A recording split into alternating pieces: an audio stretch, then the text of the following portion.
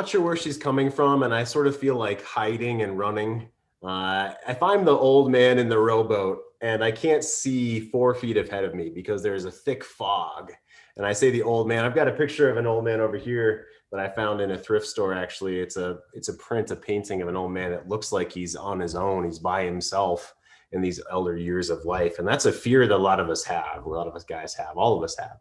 Is that fear of being alone. And if I'm that old man in the rowboat and I can't see 4 feet ahead of me because there's so much fog, and the little story goes, the old man's rowing and he runs into another boat and he immediately starts to scream and get angry at the other captain of the other ship, of the other boat, and realizes that there's no other captain of the other ship. It's just him, and the other rowboat is empty. And it was he that ran into the other boat in the fog. And it's not really anyone's fault.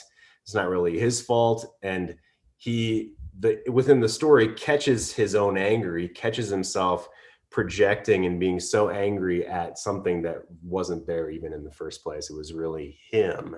The emotions that are coming out within him are really his, not the fault of anyone else. And there wasn't even anyone there. So sometimes when we are confused as men, we want to put all of our shit onto her or onto the situation. And feeling it in the moment is the most important thing. On today's show, we talked about hesitation and what do you do when you hesitate as a man, when you feel hesitation or you're about to do something or make a decision. What do you then do after that? What happens immediately after that? And I would say the number one thing is to check in with your own self. Do you feel any shit coming up? Do you feel any anger or resentment or the want to run away or to shove someone else away or to blame someone else or, put our own crap on someone else? This is another way to say it, but we're not aware of that until we put it on the table for ourselves. Until you can feel it or become aware of it first, you're just shooting it out on everyone else, like I've done in the past without even being aware of it. So huge key is being aware that we're in a fog when we are in a fog, and to not blast our own stuff onto someone else. Cynthia, what does it feel like when a man can catch himself here and know that the fog is there? He may not be perfect with it yet. I mean, certainly men on the call we're here to work on this and be amazing men within our own selves and our own life, to be on fire regardless of what's happening with her. What does it feel like when a man recognizes that this fog is there? What does that feel like for a woman, please? That is,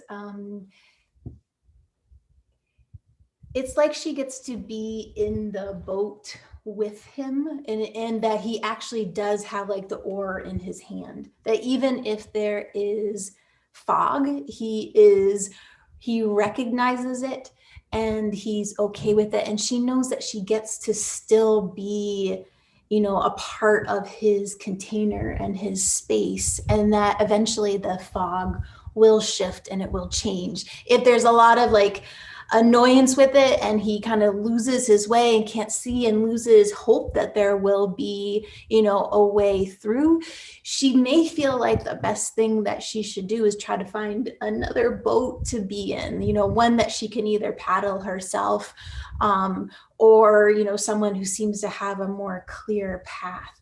So we all end up in the fog at times, and it's okay. And it gives security and safety to those in our world when we can pause with the fog and see it for what it is and continue to paddle with hope and destination and vision for it to lift.